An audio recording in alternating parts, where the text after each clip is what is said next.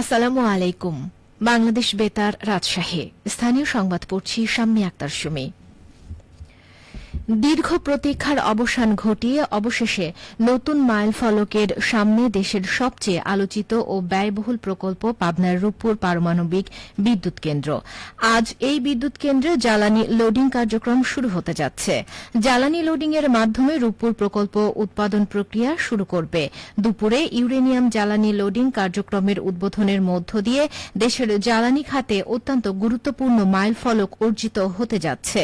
বিজ্ঞান ও প্রযুক্তি মন্ত্রণালয়ের মন্ত্রী ফকির মাহবুব আনাম, প্রধানমন্ত্রীর উপদেষ্টা রেহান আসিফ আজাদ, আন্তর্জাতিক পারমাণবিক শক্তি সংস্থার IAEA প্রতিনিধি রাফায়েল গ্রসি এবং রাশিয়ার রাষ্ট্রীয় পারমাণবিক সংস্থা রোসাটমের মহাপরিচালক আলেক্সি লেখাচেসেভ সহ সংশ্লিষ্টদের উপস্থিত থাকার কথা রয়েছে।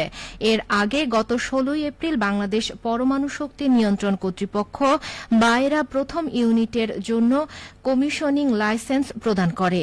এর মাধ্যমেই 28 এপ্রিল জ্বালানি লোডিংয়ের পথ প্রশস্ত হয়। পাবনা জেলা প্রশাসক আমিনুল ইসলাম জানান, জ্বালানি লোডিং কার্যক্রম উদ্বোধনের জন্য চূড়ান্ত প্রস্তুতি নেওয়া হয়েছে।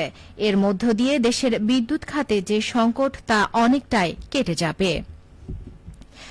রাজশাহী বিভাগীয় কমিশনার ডাক্তার আ.ন.ম বজলুর রশিদ বলেছেন, ন্যায় বিচারের প্রতি মানুষের আস্থা ধরে রাখতে সংশ্লিষ্টদের দায়িত্বশীল ভূমিকা পালন করতে হবে। বিশেষ করে শিশু ও দুর্বল জনগোষ্ঠীর অধিকার রক্ষায় আইনগত সহায়তা কার্যক্রম আরও শক্তিশালী করা প্রয়োজন। সমাজে শান্তি শৃঙ্খলা বজায় রাখতে এই কার্যক্রম গুরুত্বপূর্ণ ভূমিকা রাখবে।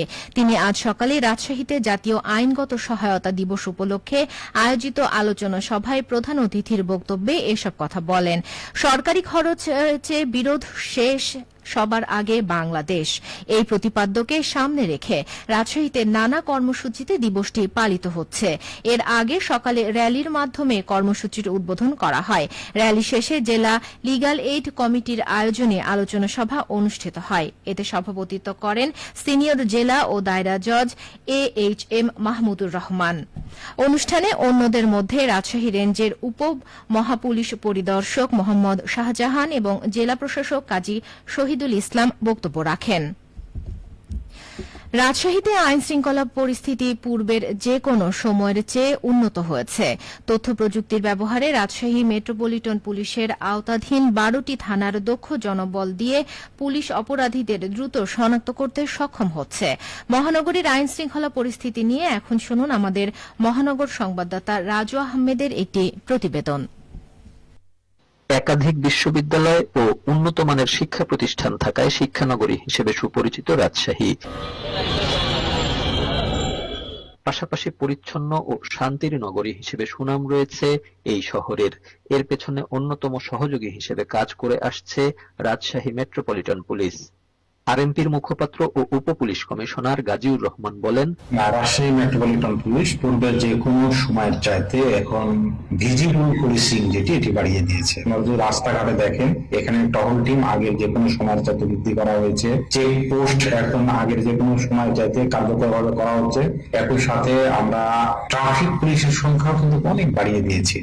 পূর্বের চাইতে ছিনতাই, চুরি সহ বড় অপরাধ কমে এসেছে উল্লেখ করে আরএমপির মুখপাত্র আরো বলেন, পূর্বের যে কোনো সময়ের চাইতে এখানে ছিনতাই, চুরি বা ক্রাইম এগেইনস্ট প্রপার্টি এটা কমে গিয়েছে। এরপরেও হত্যার মতো যে কয়েকটি ঘটনা ঘটেছে এটি খুব বেশি না, কিন্তু সেগুলো প্রত্যেকটা কিন্তু ডিটেকশন আছে এবং আমরা আসামিকে গ্রেপ্তার করেছি এবং এইগুলো কিন্তু পূর্ব শত্রুতা বা পারিবারিক দ্বন্দ্বের জেরে এইগুলো ঘটেছে। সুতরাং এটির সাথে আইন শৃঙ্খলা অবনতির যে বিষয়টি এটি কোনোভাবেই আসলে সঠিক নয়।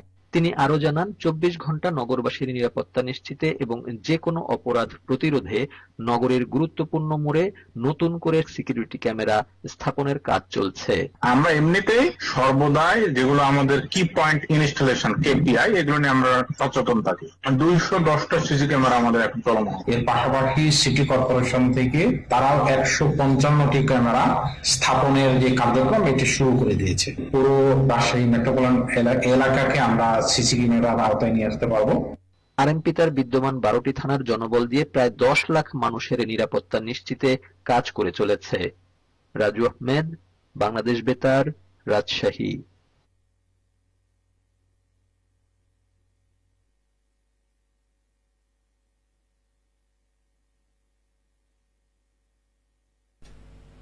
সবশেষে আবহাওয়া।